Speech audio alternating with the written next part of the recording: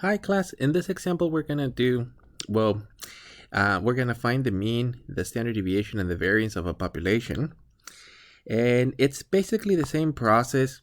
What I need you to do is basically insert the actual data set in the following format. So we're talking about L1, it's going to be your actual first column of the lower class limits, followed by L2 and L3.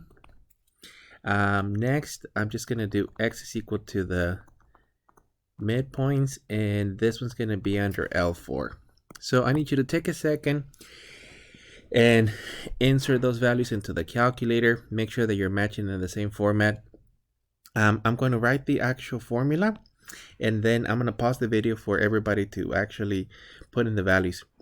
So now, because we're actually looking at a population, the actual mean, it's going to be equal to the sum of x times f over technically the value of n.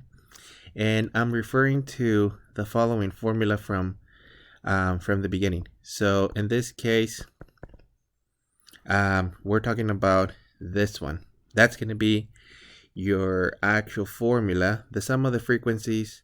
We're going to label that as n, or the sum of the frequencies. And well, at this point, okay,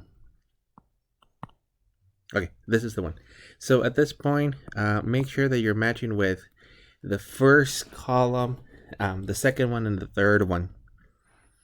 So if you want, pause the video, because I'm going to move on to actually carrying out or evaluating the midpoints. So to evaluate the midpoints, you're going to go to the L4, and in this position you're going to put parentheses, and it's going to be L1 plus L2, close parentheses, and divided by 2. It's very important that you put the parentheses, otherwise by order of operations. And this actual portion of the evaluation, it's only going to be dividing the L2 by 2, but we want the sum of those two. And remember that your midpoints actually represent, well, the value that's approximately in between each of the classes. So once you have it in this format, hit enter, and that's going to be the actual midpoint of every one of our classes.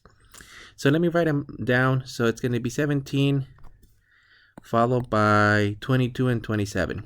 So 22 and 27.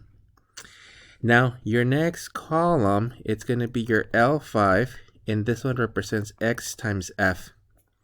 So remember that for this one, your actual axis, it's going to be your L4, and your frequencies are going to be L3. So in your calculator, we're going to go to L5, and we're going to simply multiply your L4 times your L3. And then input or hit enter. And let me actually fix this portion. It's supposed to say times. So we're talking about this multiplication that takes place there. The actual output is 51, 352. So 51, 352 followed by 594. So 594. And at this point, we're going to carry on the following evaluation. So we're going to need the actual sum of x times f. This is supposed to be a multiplication, and the sum of the frequencies. Now it's just easier to run a one variable stats, and in this case I'm just going to do a one variable stats on L5 and on L3. That will give us the sum of basically the frequencies and the x times f. So let me start with L3. Go to stats, calculate, and then simply hit an L3, and the sum of that column represents the 41. So we're looking at this value here. So this is equal to 41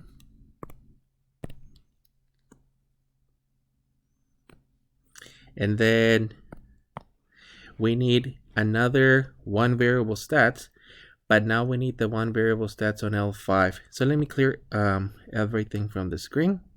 Stats, calculate, and second and L5. Hit enter, and I'm getting 977. 997. So 997. So 997.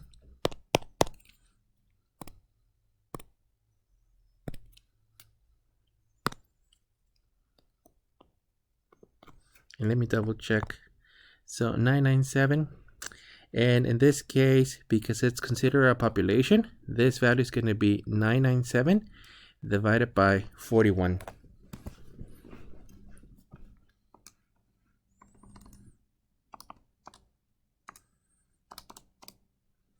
So I'm getting that this is approximately 24.31,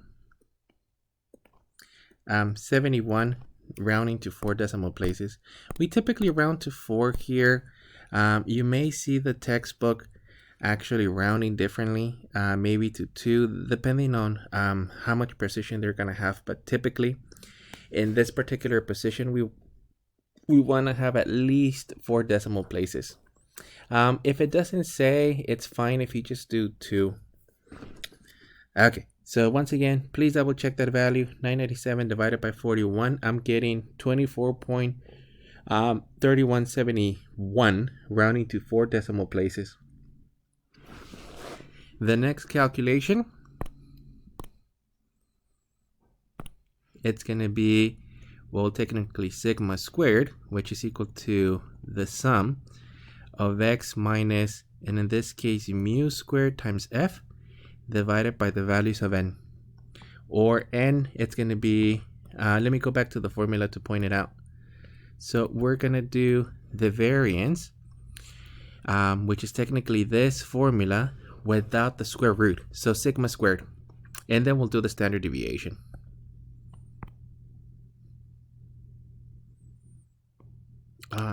Sorry, I keep writing.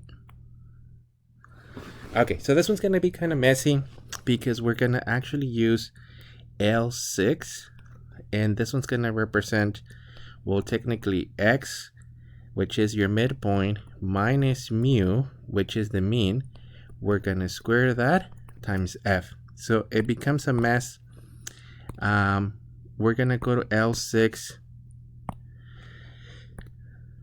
And in L6, we need a parentheses. Your x value is your L4, so second and L4, minus the mean, and I'm going to use the mean that I rounded. So in this case, that would be your mu. So very carefully, let me write it as 24.3171 close parentheses squared times your frequency. The frequency was L3. So second and technically L3. And hit enter and see if you're matching with each of those values. We don't get very large values like we did on the previous one. But in this case, let me copy them down. So 160.62.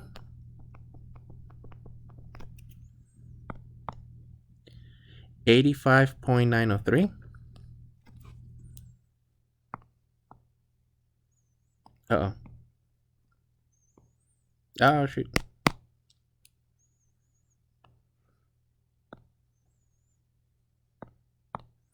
So 85.903.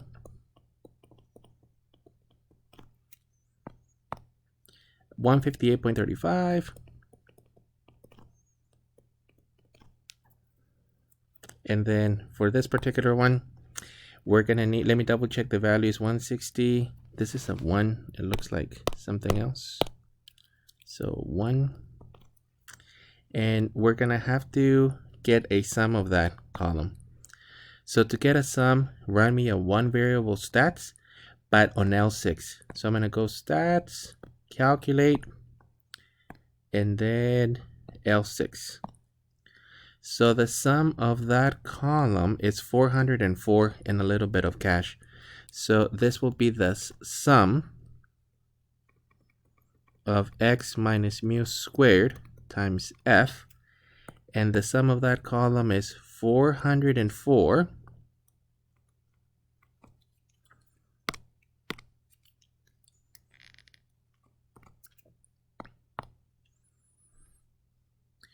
0.878. 0.878. And then let me double check. 87.8. There's nothing there, so we'll keep the 0. I'll just leave it like that. So for this one on the numerator, it's going to be 404.878 divided by 41.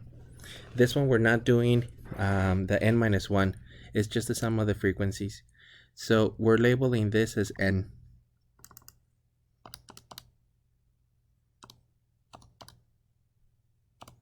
And let me double check that that was an 8.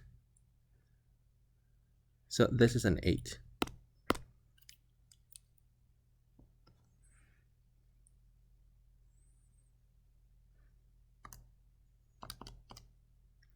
And I'm getting that this one is approximately 9.8751. I'm rounding to 4 decimal places.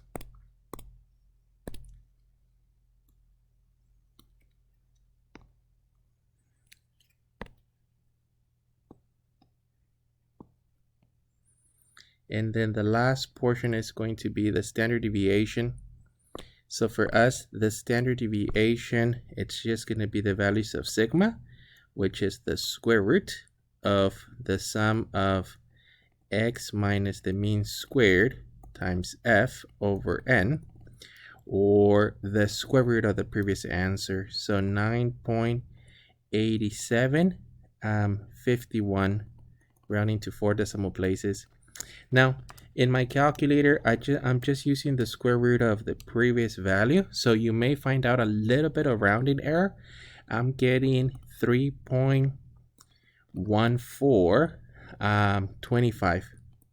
So if you find a little bit of a rounding error, that's perfectly fine.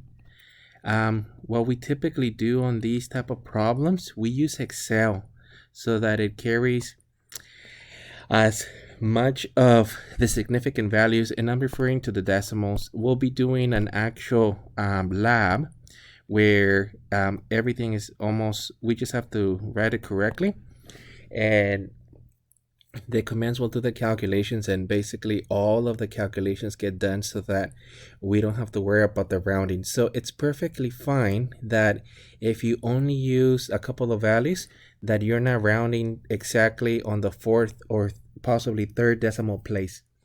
Like I said, my calculator, as I'm taking the actual square root, I'm using more values than that. But as long as you match on the first two, it should be perfectly fine. Now, keep in mind that the formulas that we're using here are actually estimators, so they're a little bit off. So typically, if we were going to evaluate the mean, the standard deviation, and the variance from a frequency distribution, we would be using software like Excel. This is to minimize error, and since we're already doing an estimator, we don't want to carry more error.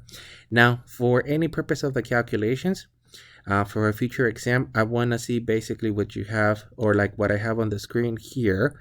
I want to see the formulas where you're obtaining each values.